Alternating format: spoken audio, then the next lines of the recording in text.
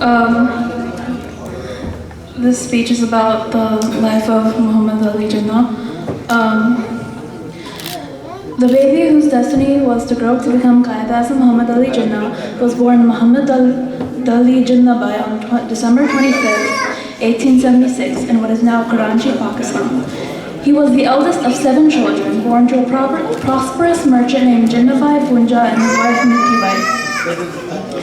Young Jinnah began his education at the Sindh Madrasatul Islam School when he was 6 years old. He was not a model student, more interested in playing with other children than focusing on his studies. When he was almost 11, his paternal aunt came to visit from Bombay. She convinced Jinnah to return with her, convinced that the big city could provide him with a better education than Karachi. He agreed, despite his mother's opposition, but he was sent back to Karachi after just 6 months at the Gokul Das Tej Primary School.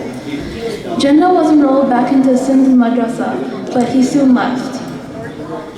After his expulsion from Sindh Madrasa, Jinnah was enrolled into the Christian Missionary Society High School. Teenage Jinnah developed an admiration for his father's business partner, Sir Frederick Leigh Croft. Croft soon offered him an internship in London, and 15-year-old Jinnah jumped at the opportunity, much to his mother's chagrin. She managed to persuade him into marrying before he left, so in February of 1892, 15-year-old Jinnah was married to 14-year-old Emi Bhai. The wedding took place in the village of Paneli in India, Emi Bhai's hometown.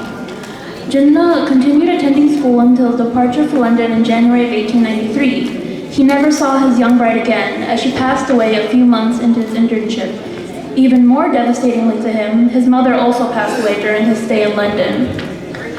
After only a few months of serving his internship, Jinnah left his position in June of 1893. He joined Lincoln's Inn, a well-known legal association that assisted law students in studying for the bar exam. He prepared for the bar exam over the course of a few years by studying political texts borrowed from the British Museum Library. He was also a frequent visitor to the British House of Commons, observing the British government in action. Jinnah passed the bar exam in May of 1896, and in August of the same year, he moved to Bombay and set up a law practice. He continued practicing until the mid-1940s. Jinnah's visits to the House of Commons nurtured a growing interest in politics.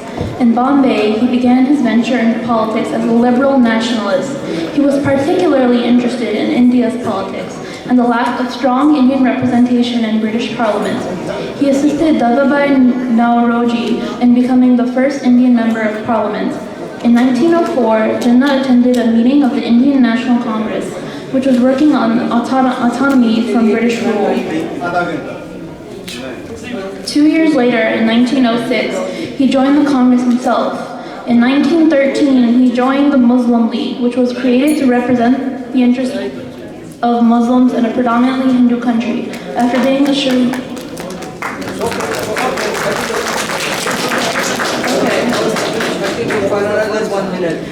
being assured that the League was very devoted to the political emancipation of India. 3 years later, in 1916, he became the League president. As a member of Congress, Jinnah at first collaborated with Hindu leaders as their ambassador of Hindu-Muslim unity, while working with the Muslim League simultaneously.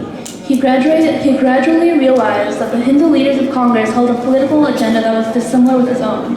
At first, he had agreed with their resistance to separate electorates meant to guarantee a fixed percentage of legislative representation for Muslims and Hindus. But in 1926, he shifted to the opposite view and began to support separate electorates. However, he always reserved the belief that the rights of Muslims could and should be protected in a united India. It was at this point in Jinnah's political career that he left the Congress and devoted himself to the Muslim League. By 1939, Jinnah had come to believe that a Muslim homeland on the Indian subcontinent was the only way to preserve Muslim heritage and protect their political interests. At this time, he no longer believed that unity among Hindus and Muslims was possible.